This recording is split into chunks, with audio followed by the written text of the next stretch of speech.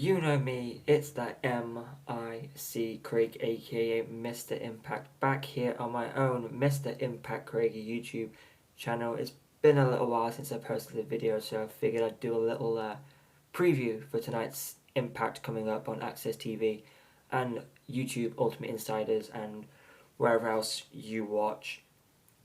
So without any further ado, I guess we'll kick it off and discuss the matches so far, matches that have been announced for this week's show, matches slash segments that have been announced for this week's show, and we'll start off with Trent Seven versus the TNA World Champion Moose in a non-title fight. I'm assuming that the rest of the system and Speedball Bailey and Nick Nemeth will be around for this match. Not sure in what capacity. Maybe it'll start one-on-one, but more than likely it's going to be some shenanigans. Potentially ending in a brawl between the system, Speedball Mountain, and Nick Nemeth. But for the first few minutes, this match should be good. It's going to be, it should be hard-hitting. You know, we haven't seen Trent really shine that much, besides being in Speedball Mountain, who have gone over pretty quickly.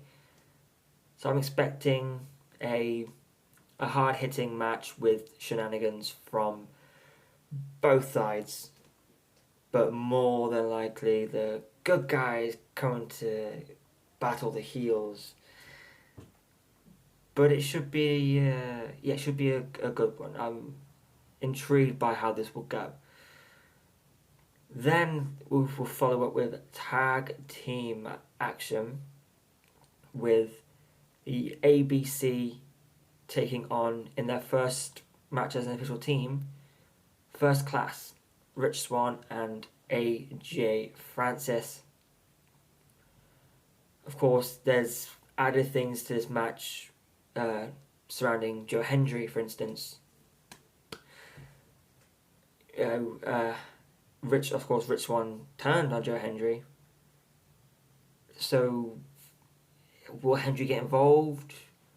I mean, I'm hoping he's got a song for them at least. But besides the First Class and Joe Hendry stuff, we've also got the little rift in between the ABC, Ace and Bay. Obviously, former TNA World Tag Team Champions, and since they lost the titles, it's been, obviously, there's been some friction between them. You know, Ace competing in the Rebellion Referendum, number one contenders match for the X Division Championship, and Ace, fighting Frankie Kazarian, just re-signed. Ace stated on social media that he wants to be world champion. I can see parting of ways for the ABC in this one. Not sure if it'll happen in this match, but it will definitely progress it a little bit further. And with ABC potentially picking up a loss here, I mean, the tag team division in TNA has been good, but it's lacked a little bit of depth. And now we've got the First Class, we've got the FBI. I think ABC parting ways would be interesting to see. I don't know whether they do a feud. I hope not. I hope it's just a mutual agreement to part ways and support each other along the way, but I can see them both going for singles titles in this one. Ace should be world champion, and I won't be mad if Bay's X Division champion again either. Mustafa Ali seems to be on his way out, potentially. Obviously, I don't know for certain. I can't say for certain, but I imagine at Rebellion he'll lose. But maybe TNA want to keep him around a little bit longer. Again, it's a case of waiting and seeing. But there should be something going down in this match. I think it's a lot. This card seems to be a lot of shenanigans apart from, I'm assuming, will be the main event. But before we get to that, let's talk title match. The Digital Media Championship on the line. Crazy Steve defending against Laredo Kid. It's been a while since we've seen a title match on TV. Like, obviously we had the one on the kickoff, the whatever they call it, the countdown show to Sacrifice. Yeah, I think there's been so many pay-per-views, I forget. But Crazy Steve wanting to defend the championship I like it. You know, we need something like this, Crazy Steve, and it's been an interesting reign so far.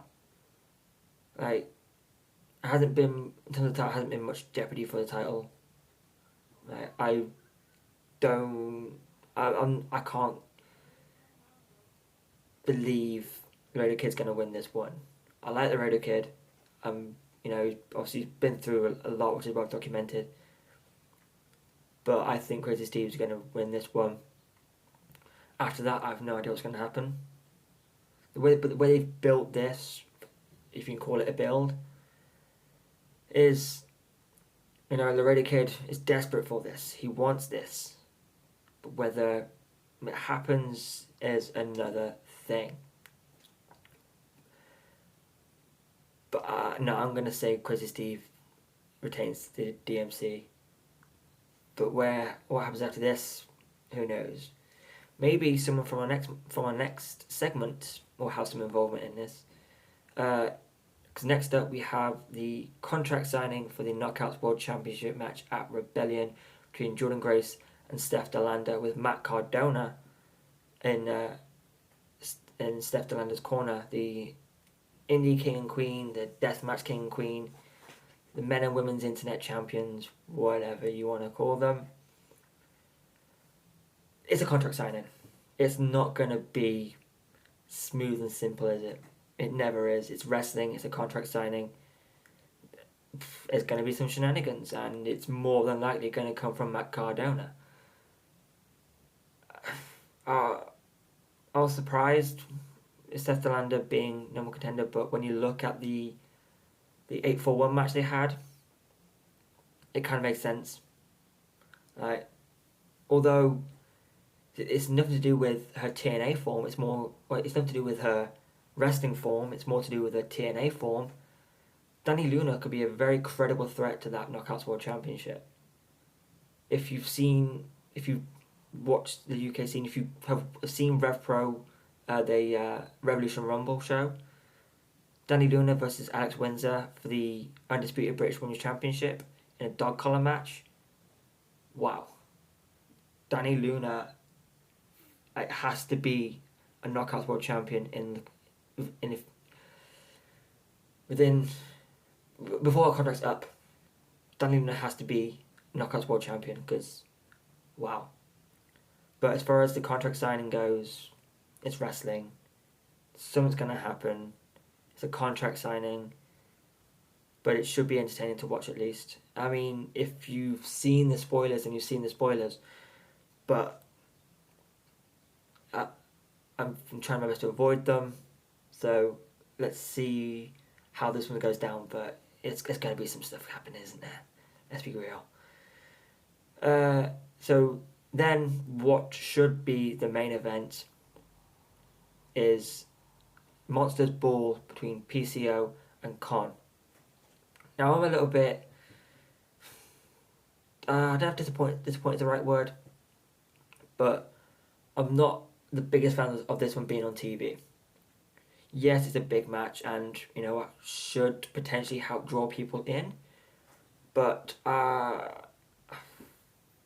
feel like it should have been Rebellion, but I understand why it isn't, given that they've got the Full Metal Mayhem match and 7 other matches to go through on that card. So I understand why this one isn't at Rebellion and is on the TV. No, not quite the Go Home show, is it? Yeah.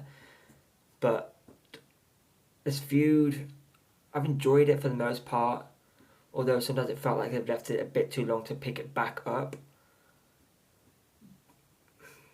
But like, this should be a lot of fun. If the previous match is anything to go by, this should be a lot of fun, and I'm expecting a PCO win here. Although Kon has done great work with this, I can't fault them in any way for this, for the matches they've had. The booking has been a little bit confusing at times, but you know, I guess that,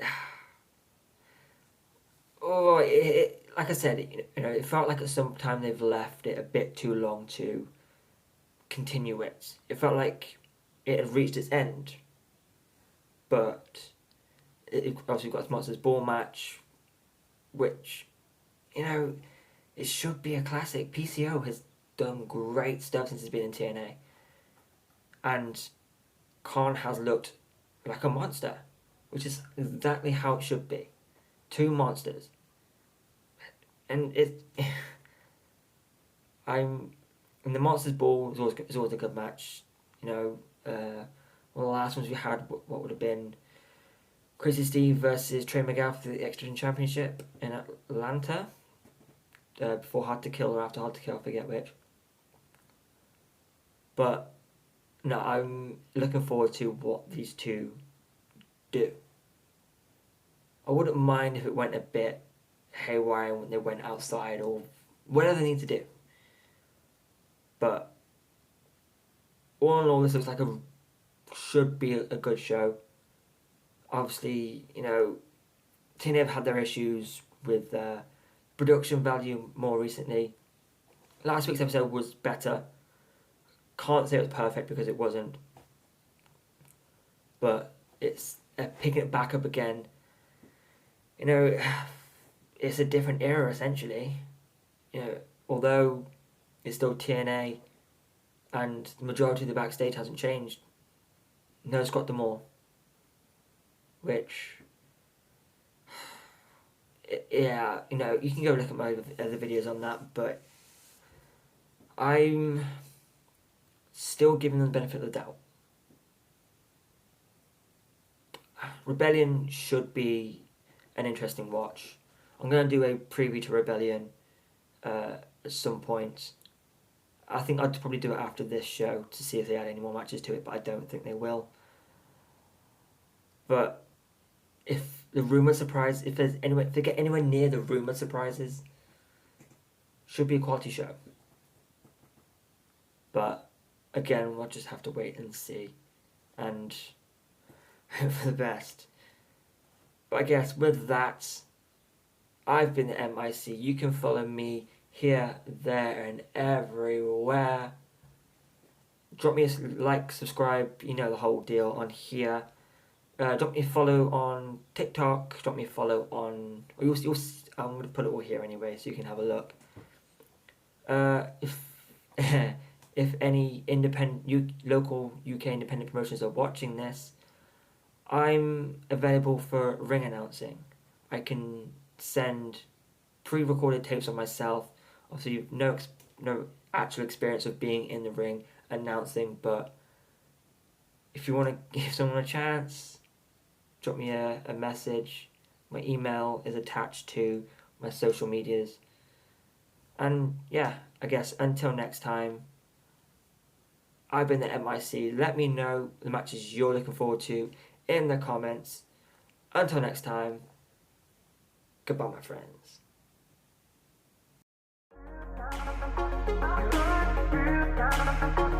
Thank you.